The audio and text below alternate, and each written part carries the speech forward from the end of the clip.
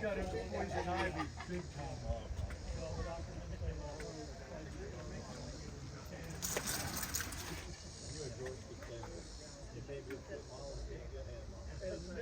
It's a 53 Dodge.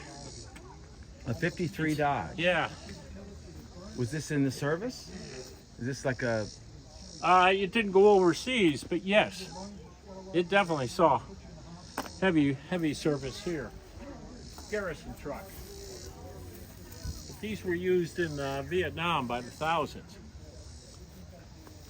They retooled in '58. Brought the tooling out of mothballs and made another 58,000. There were 115,000 built all together. And what's the make of this? It's a Dodge. A Dodge. So was this from like a civilian chassis or a truck? Like did they take like a commercial No, chassis it and was build on top of designed it? as a military truck from the ground up. It's got lots of little bits and pieces.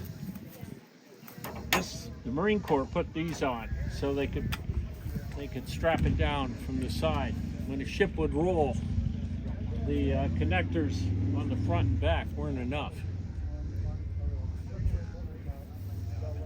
How do you acquire this? This was at like a surplus auction or something? Oh, when the Army finished with them, they donated them to fire departments. It's 68 years old, so a fire department probably had it for 20 or 25. Otherwise, they rust to pieces if you let them sit out. What's your name in town? I'm Neil Connor. I'm from Woodstock, Virginia. I have a garage called USMC Motor T at 301 West Court Street.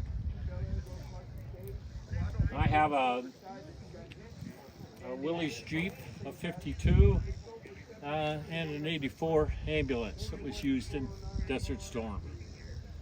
Not it itself, but its cousins.